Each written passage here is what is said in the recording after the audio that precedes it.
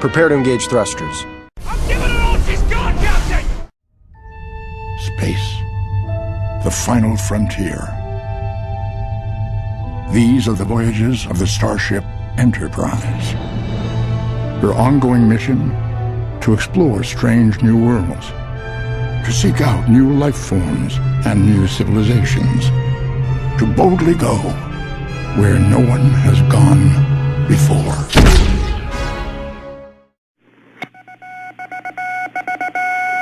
Headline edition, July 8, 1947.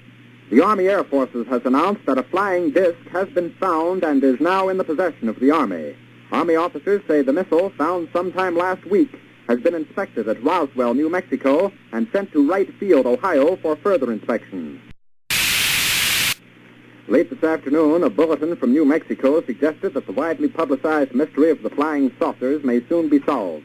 Army Air Force officers reported that one of the strange discs had been found and inspected sometime last week. Our correspondents in Los Angeles and Chicago have been in contact with Army officials endeavoring to obtain all possible late information. Joe Wilson reports to us now from Chicago. The Army may be getting to the bottom of all this talk about the so-called flying saucers. As a matter of fact, the 509th Atomic Bomb Group headquarters at Roswell, New Mexico, reports that it has received one of the discs which landed on a ranch outside Roswell. The disc landed at a ranch at Corona, New Mexico, and the rancher turned it over to the Air Force. Rancher W.W. Brizzell was the man who discovered the saucer. Colonel William Blanchard of the Roswell Air Base refuses to give details of what the flying disc looks like. In Fort Worth, Texas, where the object was first sent, Brigadier General Roger Ramey says that it is being shipped by air to the AAF Research Center at Wright Field, Ohio. A few moments ago, I talked to officials at Wright Field, and they declared that they expect the so-called flying saucer to be delivered there, but that it hasn't arrived as yet. In the meantime, General Ramey describes the object as being of flimsy construction, almost like a box kite. He says that it was so battered that he was unable to determine whether it had a disc form, and he does not indicate its size. Ramey says that so far as can be determined, no one saw the object in the air, and he describes it as being made of some sort of tinfoil. Other Army officials say that further information indicates that the object had a diameter of about 20 to 25 feet, and that nothing in the apparent construction indicated any capacity for speed, and that there was no evidence of a power plant. The disc also appeared too flimsy to carry a man. Now, back to Taylor Grant in New York. There was important activity within the UN Security Council today. In the late 40s and early 50s that the U.S. government's policy toward UFOs was formulated. Publicly, there was Project Blue Book, which made a great show of gathering data on all the major UFO sightings, finally declaring them all to be hoaxes, mass hysteria, or swamp gas. But secretly, there may have been another policy at work. Over the years, several documents have come to light which seemingly confirm that a clandestine group, Operation Majestic 12 Group, aka MJ-12, was formed by special classified presidential order on September 24, 1947, for the express purpose of gathering information on UFOs and extraterrestrials, while at the same time keeping such information not only from unfriendly powers, but from the American public as well. If indeed Area 51 has become the nation's repository for alien technology and possibly alien visitors, then the extra-constitutional justifications for such secrecy were developed in the MJ-12 Group's planning sessions. James B. Forrestal, Secretary of Defense under President Harry Truman, is widely accused of being the mastermind behind the creation of MJ-12. Once created, Majestic may have expanded its mandate beyond what Forrestal had intended.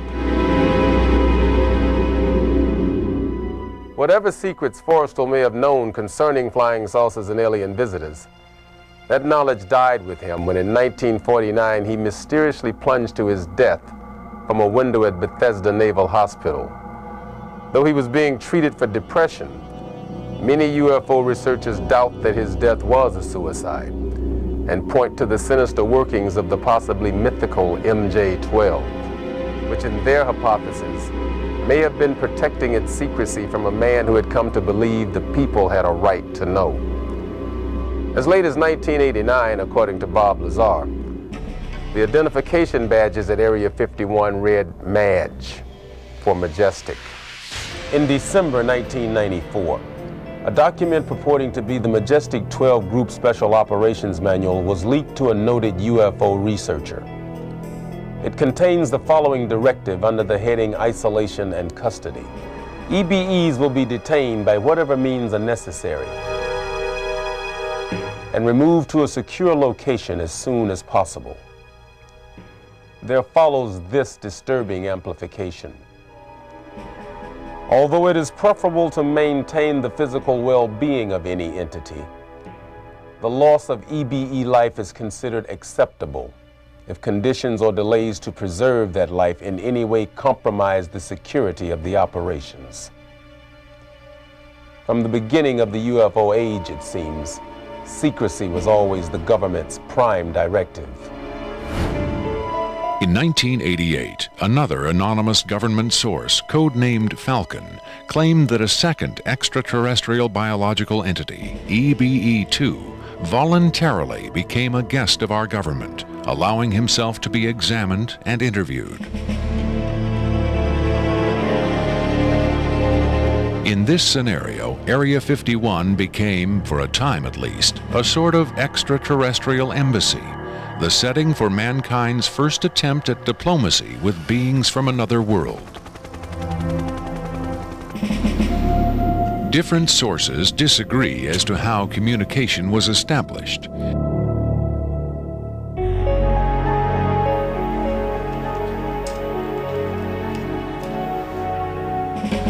There is universal agreement that the EBEs are incapable or unwilling to speak human language. In addition to the pictographs used by EBE-1, it has been reported by Falcon that in the early 1950s, EBE-2 was fitted with some sort of artificial voice box, allowing him to speak words, and that he learned the English language very rapidly. Other sources doubt this story, however. By our kind, do you mean we Americans? What has been reported most persistently is that the aliens communicate via thought projection, or telepathy. They would have been tortured, made to give up their secrets, instead of questioned in this friendly manner. We cannot be forced to communicate. Has it been tried? Not by us. We speak to who's ever willing to listen. The idea of telepathic communication with alien beings carries with it the same doubts and controversy attached to telepathy itself. Do the practitioners of this ancient art really have the ability to read minds? Or are they crafty charlatans who simply tell the listener what he or she wants to hear? If the cynics are right, then the self-proclaimed telepaths recruited by the government in the 1950s were playing an astoundingly daring hoax by claiming to speak for the mute visitors from the stars. Defenders of telepathy call this notion preposterous and point to the long history of government-funded research into mind reading as proof that their science has merit. In the last 4 decades, there have been persistent, often contradictory rumors and even eyewitness accounts of other alien visitors meeting secretly with military or government officials. But what about today? The Tester Corporation has recently come out with a model kit of Gray, the extraterrestrial life form, and a scale model of the so-called sport model, the UFO Bob Lazar says he studied at Area 51. This UFO kit has quickly become one of the most successful model kits in the history of the company.